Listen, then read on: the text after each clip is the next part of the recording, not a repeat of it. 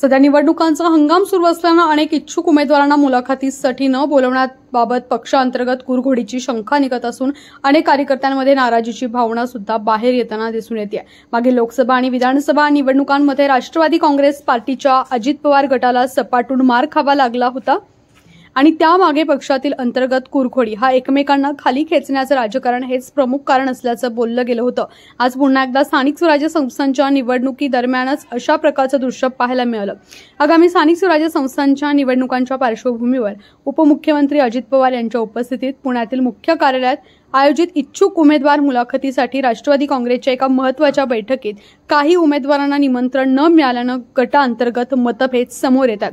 वापगाव रेटवडी जिल्हा परिषद गटातील माजी आमदार दिलीप मोहिते पाटील यांचे निष्ठावंत समर्थक गणेश एकनाथ ठिगळे यांच्या पत्नी रोहिणी गणेश ठिगळे यांना मुलाखतीसाठी कोणत्याही प्रकारची कल्पना देण्यात आली नाही। या घटनेमुळे गणेश ठिगळे समर्थक कार्यकर्त्यांमध्ये नाराजी असून त्यांना या बैठकीतून वगळण्यात आलं आहे का यावरून संभ्रम निर्माण झालाय। तसेच सदर घटनेला तालुका अध्यक्ष कैलासराव सांडवर हे जबाबदार असल्याची चर्चा आहे। सदर घटनेमुळे पक्षांतर्गत राजकारणाचा एक नवा अध्याय सुरू झाल्याची चर्चा आहे।